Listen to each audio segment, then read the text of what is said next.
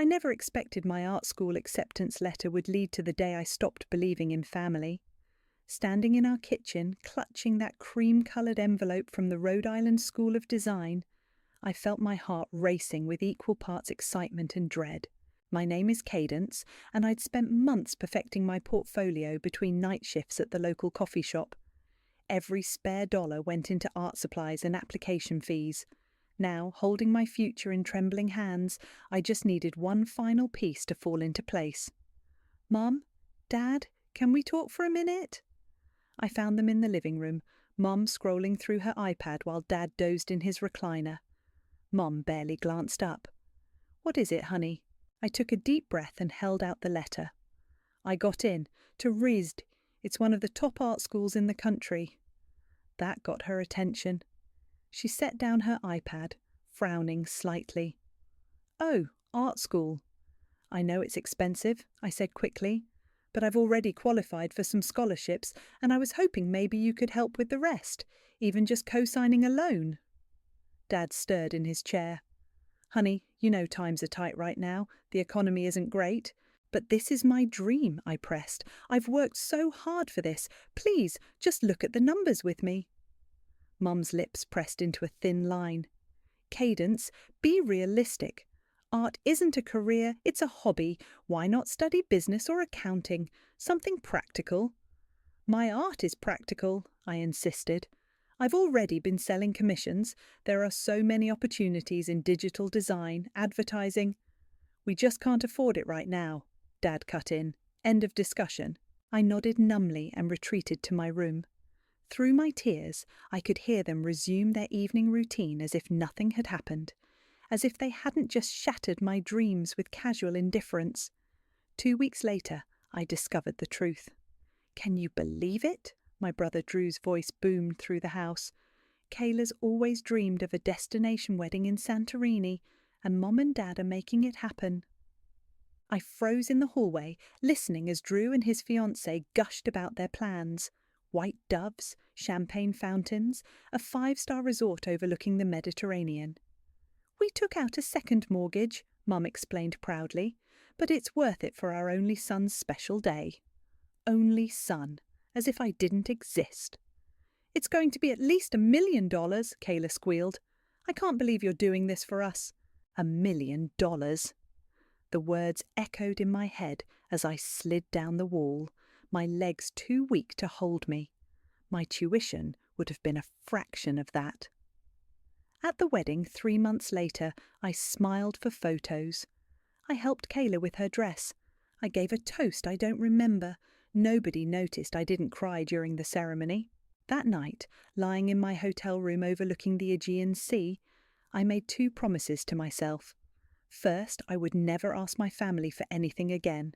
And second, someday they would regret choosing this overpriced spectacle over my future. I kept the room keycard from that resort, not as a souvenir, but as a reminder.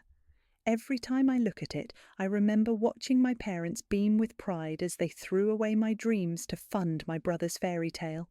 They say revenge is a dish best served cold, but what they don't tell you is how long it takes to prepare, how carefully you have to measure each ingredient, how precisely you need to time the serving. That night in Santorini, I didn't just lose my family's support, I gained something far more valuable: clarity. They showed me exactly who they were and where I stood in their hierarchy of love. I bet they didn't notice I didn't cry then. But that was the moment the old me died, and something else was born, something patient, determined, and unforgiving. They wanted me to be practical? Fine, I would show them just how practical I could be. And one day they would understand exactly what they had thrown away. The pipes in my studio apartment groaned like they were dying. I ignored them, just like I ignored the draft from the window that wouldn't quite close and the mysterious stains on the carpet that had probably been there since the 90s. "Girl, you need to eat something besides ramen," Zaylee said, perched on my second-hand futon. She'd brought over Thai food, claiming it was leftovers, but I knew better. The containers were still steaming. "I eat plenty," I replied, not looking up from my laptop where I was finishing a rush commission. Besides, ramen got me through midterms. And 3 jobs got you through tuition, she countered. You're going to burn out. She wasn't wrong. Between morning shifts at the coffee shop, evening waitressing, and weekend retail, I barely had time to breathe. But every dollar meant freedom, independence, revenge served at room temperature. Speaking of burning, Zaley continued, I saw your latest designs. They're fire. We should start that agency we talked about. I finally looked up. Zaley had been my first friend at RISD, the only other scholarship kid who understood what it meant to fight for every opportunity. We can't afford to start an agency. We can't afford not to. Look. She pulled out her iPad, showing me a sleek presentation. Wild Brush Studios, boutique creative agency specialising in bold visuals for luxury brands. We start small, build a killer portfolio, network our asses off. And where exactly would we work from? This palace? I gestured at my cramped apartment. My cousin's letting go of her office space. We can sublease cheap. Come on, Cadence. We're good at this. Really good. Before I could respond, my phone buzzed. A text from Drew. Mum wants to know if you got the thank you card from the wedding. I had. It arrived yesterday, addressed to Danielle Burke. My own sister-in-law couldn't even remember my name. You okay? Zaley asked, noticing my expression. I showed her the text, then pulled the card from my drawer. Zaley read it and swore. They spent $1 million on this wedding but couldn't bother to get your name right? Know what's funny? I said, running my finger along the gold embossed edge. They probably spent more on these cards than I make in a month. Then let's change that. Zaley's voice was steel. Use that anger. Channel it into something they can't ignore. I picked up my old house key, now serving as a makeshift keychain. The paint was chipped, the metal worn, just like my family's love. But it still worked as a reminder of everything I'd lost, and everything I was going to gain. Drew's marriage is already falling apart, I said quietly. Heard through my mum's friend that Kayla's been seen with her ex. Karma's a bitch, Zaley grinned, but she works too slow. Let's speed her up. I looked at her presentation again, Wild Brush Studios. It was a good name, strong, memorable, everything my family thought I couldn't be. Okay, I said finally, but we do this right. No shortcuts, no compromises. We build something they can't dismiss. That's my girl. Zaley grabbed her phone. I'm calling my cousin now. As she made the call, I opened my email to find another commission request. The client wanted something safe, traditional. I declined it immediately.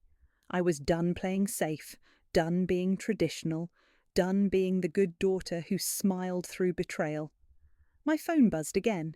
This time it was my mother. Darling, the wedding photos are ready. Should we send them to your apartment?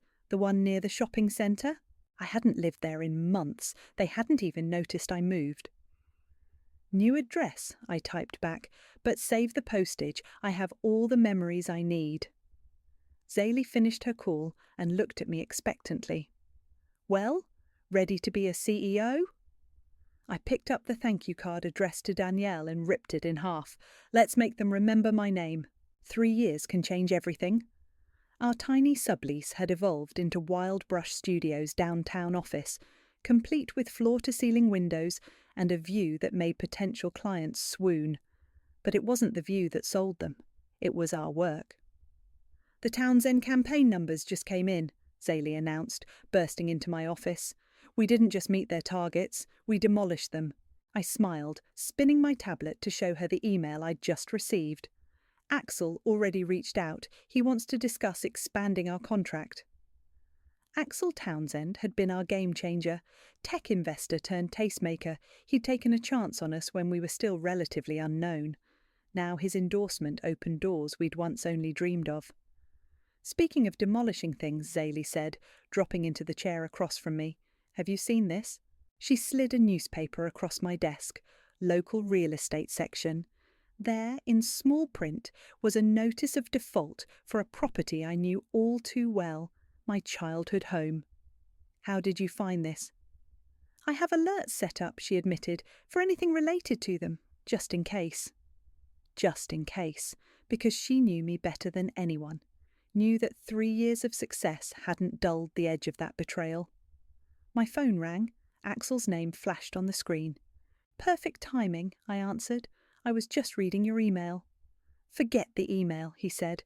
I'm in the lobby. This needs to be discussed in person. 5 minutes later, Axel was sitting where Zélie had been, his usual confident smile replaced by something more calculating. I have a proposition, he said, leaning forward, one that might interest you personally as well as professionally. I'm listening. I've been buying mortgage notes, distressed properties specifically. There's a particular portfolio coming up for sale. He paused, studying my face. Including a certain house in the suburbs? My heart skipped. How did you know? I make it my business to know things, like how that $1 million Greek wedding was funded by a second mortgage, like how your brother's divorce left your parents covering his debts, like how they're 3 months away from foreclosure. I kept my face neutral, but my fingers found the old house key in my pocket. And you're telling me this because? Because I can help you buy their mortgage notes, anonymously, of course, through my investment company. Why would you do that? Axel smiled. Because I appreciate poetry, and watching someone who denied their daughter's education lose everything to that same daughter, that's poetry. Before I could respond, my phone buzzed. A text from my mother. Haven't heard from you in ages. Drew's going through such a hard time with the divorce, he could use his sister's support. I showed the message to Axel. They only reach out when they need something. Then let's make sure you're in position to give them exactly what they deserve. He pulled out a business card. Call this woman Sylvia King. She's a loan officer who specialises in these situations. I took the card, turning it over to find a handwritten note. Ready when you are. Think about it, Axel said, standing, but don't think too long. These opportunities have expiration dates. After he left, Zélie reappeared. Well, what did the King of Tech want? I held up the foreclosure notice. To help me buy this. Her eyes widened. Holy shit, are you going to do it?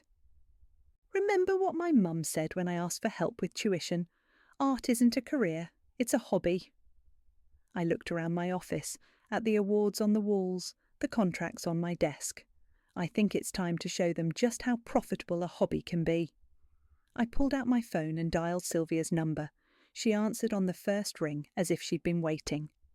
Ms. King, this is Cadence. I believe we have some business to discuss. Ah, yes, she replied smoothly. I've been expecting your call. Shall we talk about how to buy back your childhood home? I gripped the old house key tighter. No, let's talk about how to make sure they never see it coming. The paperwork's all set, Sylvia said, sliding the documents across her desk.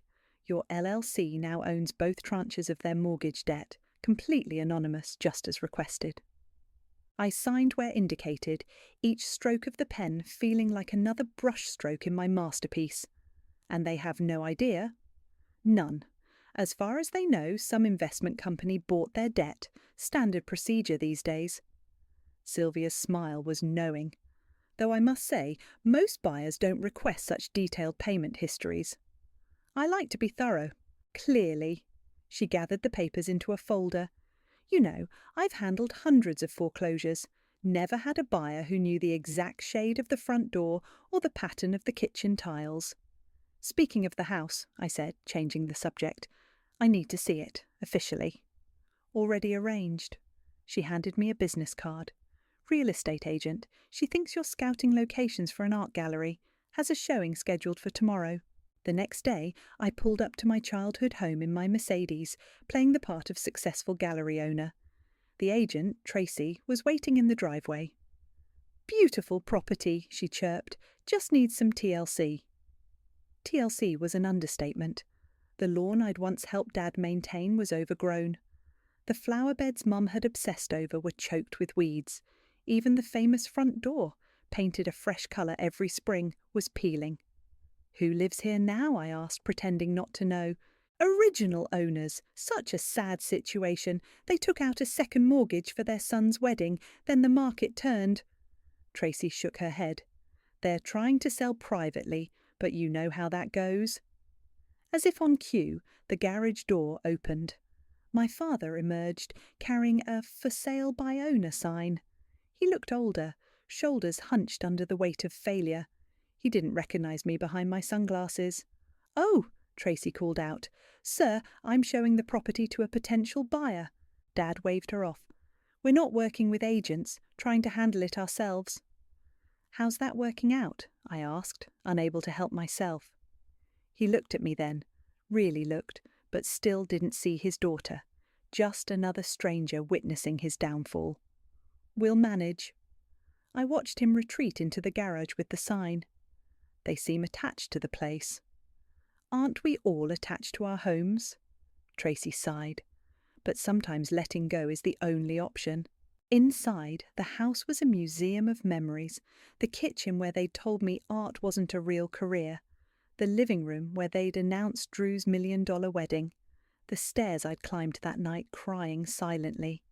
"The owners kept it in good condition," Tracy noted, "despite everything." "Despite everything," I echoed, running my finger along the banister. "What's the market value?" She named a figure that made me laugh internally. I could buy it twice over with just last quarter's profits. "I'll think about it," I told her. "Keep me updated on the situation."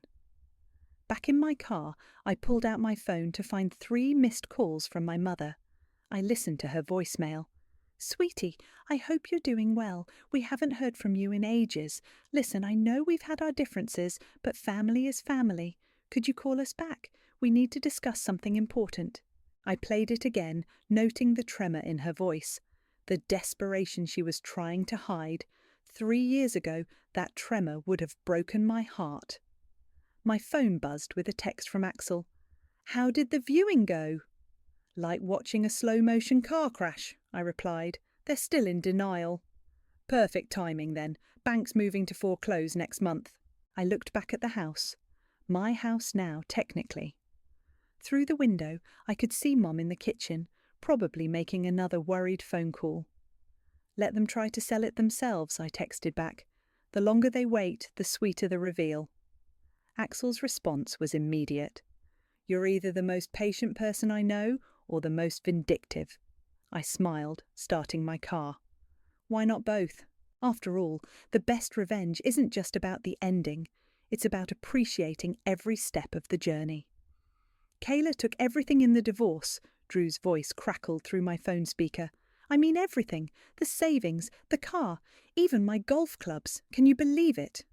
"Shocking," I replied, keeping my voice neutral. Who could have predicted the woman who demanded a $1 million wedding would be materialistic? "I had to move back in with Mom and Dad," he continued, missing my sarcasm. "But hey, at least they have the house, right?" I glanced at the foreclosure paperwork on my desk. "Right. Speaking of which," he cleared his throat. "Mum wanted me to ask if you're doing okay. Financially, I mean. Your art thing seems to be working out." I leaned back in my leather executive chair, looking out over the city skyline from my corner office. "My art thing is fine." "Good, good. Because, well, the family could use some help. Just temporary, you know. Mum and Dad are having some issues with the bank." "Really?" I opened my laptop, pulling up their payment history. "What kind of issues?" "Just some missed payments, but they're trying to work it out. Mum thought maybe you could, I don't know, loan them some money or co-sign something." The irony was almost too perfect. "Interesting. I remember asking them for help with tuition once. What did Mum say? Art isn't a real career?" Silence on the line. Then, "Come on, Cadence. That was years ago. This is different." "You're right. This is different. This is about choices and consequences." "What's that supposed to mean?" "It means no, Drew. I won't be helping." He hung up without saying goodbye. Within minutes my mother was calling. "Sweetie," she started, her voice honey-sweet. "Drew told me you two had a misunderstanding." "Did he? What exactly did he misunderstand?" "We're family, darling. Families help each other through rough patches. You'll understand when you have children of your own." I picked up the old house key from my desk, turning it over in my hand. "Like you helped me with art school?" That was different. We were protecting you from making a mistake. And how did that work out, Mom? How's that $1 million wedding investment looking now? Another pause. You're still bitter about that, after all these years? Not bitter, just observant, and what I observe is that you only call when you need something. That's not true. I sent you Christmas cookies last year. Store-bought cookies with a card addressed to our daughter because you couldn't remember my address. We're losing the house, Cadence. Her voice cracked. Is that what you want to hear? We're about to lose everything. I opened my desk drawer, pulled out the foreclosure notice. That must be difficult. Please, she whispered, we need help. No, Mom, what you need is to understand something. Choices have consequences. You chose Drew's wedding over my education. You chose appearances over substance. You chose to ignore me until you needed me. We're sorry. Is that what you want to hear? We're sorry. Sorry doesn't pay the mortgage, Mum, but don't worry, someone will. I hung up before she could respond. Within seconds, my father's message appeared. The bank is coming for the house. Your mother's not taking it well. Please, can you help us? I saved the message in a folder labelled Karma and called Sylvia. They're getting desperate, I told her. How long until we move forward? Final notice goes out next week, then 30 days until we can proceed. Want me to fast-track it? No. I looked at the family photo on my wall, the last one taken before everything fell apart. Let them simmer. I want them to feel every second of uncertainty. You're ice cold, Sylvia chuckled. I love it. After hanging up, I texted Zaylee. It's happening. They finally asked for help. Her response was immediate. Time to show them exactly how practical their artistic daughter became? I smiled, picking up the old house key one more time. Soon it would be more than just a reminder. It would be active again, opening doors to a very different kind of homecoming. Almost, I replied. First, let them remember what it feels like to be dismissed. The familiar crunch of gravel under my tyres felt different this time as I pulled into my parents' driveway. My mother was already at the door, practically bouncing with nervous energy. Behind her, I could see my father's silhouette and Drew's car parked askew on the lawn. Cadence, sweetie. Mum rushed forward to hug me. We're so glad you came. I allowed the embrace but didn't return it. Let's go inside. The living room looked smaller than I remembered. Dad sat in his usual recliner while Drew paced by the window. They'd set out coffee and store-bought cookies, probably the same kind they'd mailed me for Christmas. You look successful, Mum said, gesturing at my tailored suit. Art thing working out then, Drew added with a hint of bitterness. I sat down, crossing my legs. You could say that, but we're not here to discuss my career, are we? Mum's smile faltered. No, we need to talk about something important. The house, I said flatly. Yes. Dad leaned forward. We've tried everything, refinancing, loan modifications, even tried selling privately, but the bank is foreclosing, I finished, in 30 days. Drew stopped pacing. How did you know that? I make it my business to know things.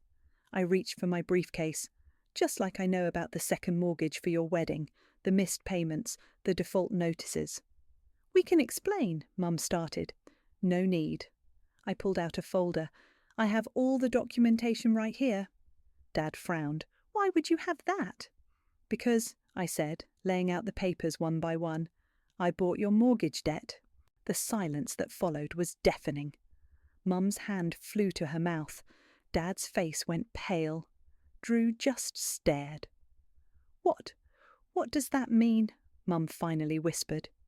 It means the house isn't being foreclosed by some faceless bank. I tapped the documents.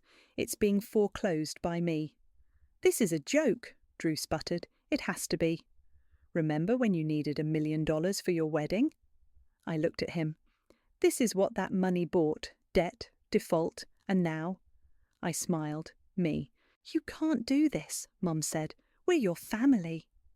Family? I laughed. Was I family when I begged for help with tuition, when I worked 3 jobs to put myself through school, when your Christmas cards couldn't even get my address right? That's not fair, Dad protested weakly. No, what's not fair is choosing one child's extravagant party over another child's future. What's not fair is only remembering I exist when you need something. I pulled out one final document, the deed, with my name clearly printed on it. So, to clarify, I said, you're not asking me to help save the house. You're asking if you can stay in mine.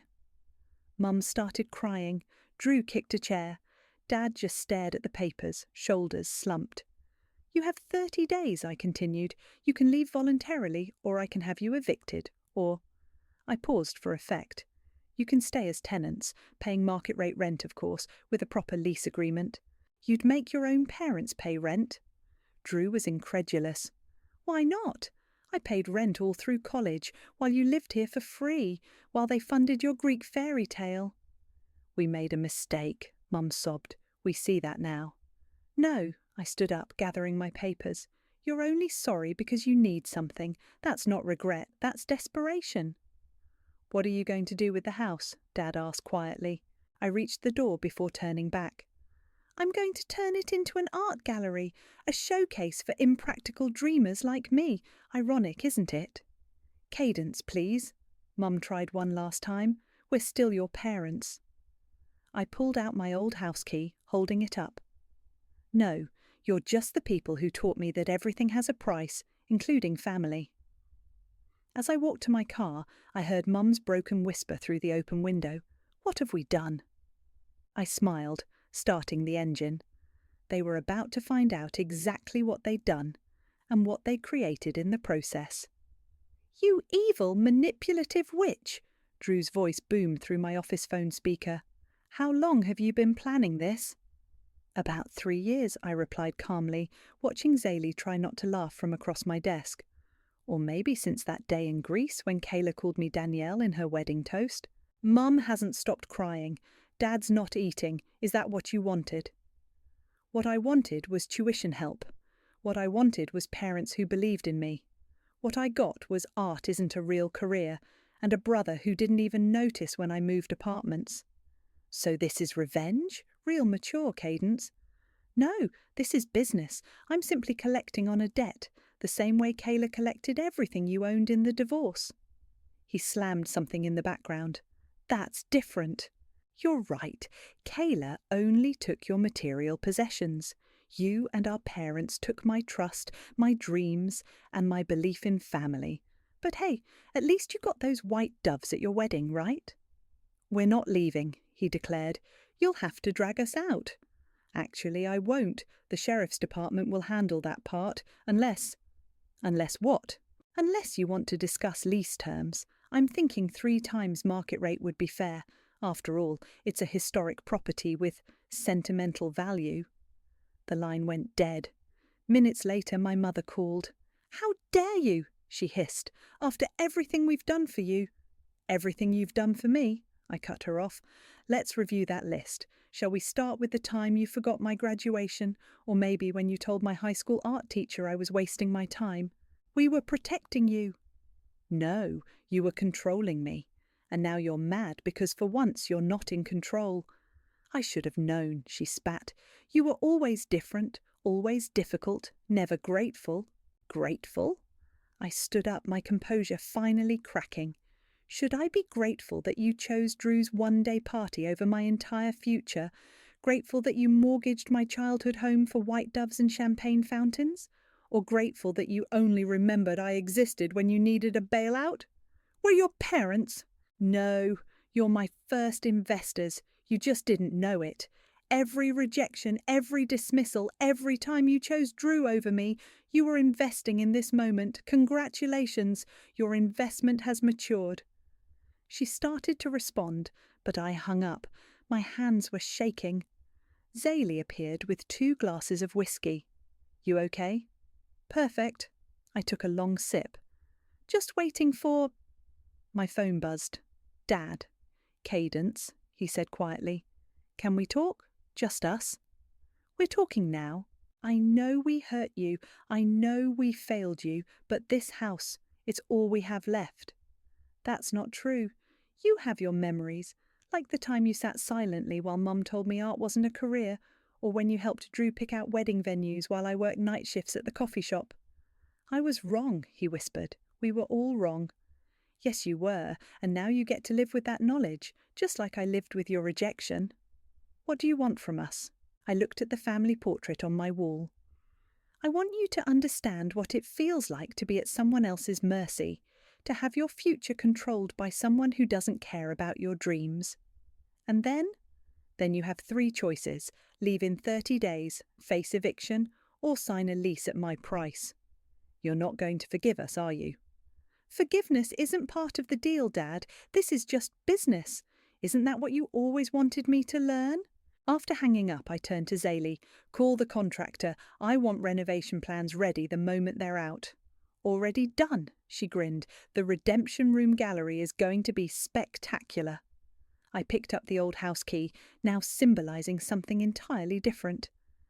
As I walked out to my car earlier, I heard Mum whisper, "What have we done?" And what had they done? They created exactly what they feared, someone who turned art into a weapon and business into revenge. My phone buzzed one final time, a text from Drew. "You'll regret this." I smiled, typing back, "No, dear brother, I keep receipts. And karma does too." "Welcome to the Redemption Room," I told the art critic from the Times, gesturing to the transformed living room of my childhood home. Every piece here tells a story of triumph over rejection. The renovation had turned the house into something entirely new. Where family photos once hung, emerging artists' works now commanded attention. The kitchen, where I'd been told to be practical, was now a sleek cafe serving local creators. And this centrepiece? The critic pointed to the massive installation dominating what used to be our dining room. The one with the wedding invitation fragments and student loan denials? That's mine, I smiled. I call it the price of dreams. Bold choice, displaying personal history so rawly. Art should tell the truth, don't you think? A commotion at the entrance caught my attention. Zaylee appeared, looking concerned. "We have unexpected visitors." I knew before turning who it would be. Mum, Dad and Drew stood awkwardly by the door, looking out of place among the well-dressed gallery patrons. "Please continue the tour," I told the critic. "I need to handle something." I approached my family, noting how different they looked. Mum had lost weight. Dad's hair had gone completely grey. Drew had traded his designer clothes for department store basics. "The invitation said private viewing," I said coolly. "We had to come," Mum replied, "to see, to understand." "Well, look around. This is what art can do. This is what your impractical daughter built." Drew stepped forward. "We found an apartment, moving in next week." "Good. The sheriff will be pleased to hear that." "Cadence," Dad spoke softly. "The gallery? It's beautiful. You're talented. We should have seen it sooner." "You should have seen me sooner," I corrected, "not just my talent." "I got a job," Drew added. "Regular office work. Nothing fancy like your empire here, but it's honest." "Honest work?" I raised an eyebrow. "That must be a change." Mom reached into her purse, pulling out a worn envelope. "We found these while packing, your old sketches from high school." I recognised them immediately. Drawings I'd done of the house, the family, dreams I'd had for my future. "Keep them," I said. "Consider them your souvenir." "We deserve this," Mum suddenly burst out. "All of it. We were horrible parents, horrible people. This gallery. It's not just art, is it? It's justice." For the first time, I saw real understanding in her eyes. Not just regret over losing the house, but genuine comprehension of what they'd done. "The Redemption Room isn't about justice," I said, leading them to my installation. "It's about transformation. Look closely." They studied the piece. Wedding invitation pieces forming a phoenix, student loan denials becoming wings, all rising from ashes made of foreclosure notices. "Everything you used to break me," I explained. "I used to build this. Every rejection became motivation. Every dismissal became determination." "We can't fix what we did," Dad said quietly. "No, you can't, but you can learn from it. That's what this place is about, learning from pain, creating from destruction. The house looks better now anyway, Drew admitted, more alive. I touched the old house key, now mounted as part of another artwork. Because it finally has purpose, like me. Mum wiped her eyes. Will we ever be family again? That depends, I replied. Are you ready to see me? Really see me? Not as the difficult daughter or the failed artist or the vengeful landlord, but as who I am.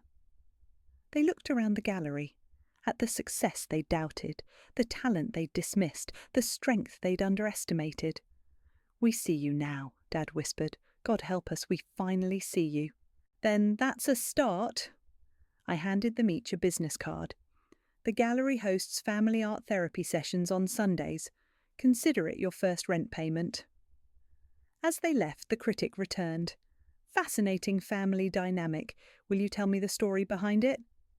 I smiled, touching the phoenix rising from my installation. Sometimes the most powerful art comes from the pieces others throw away.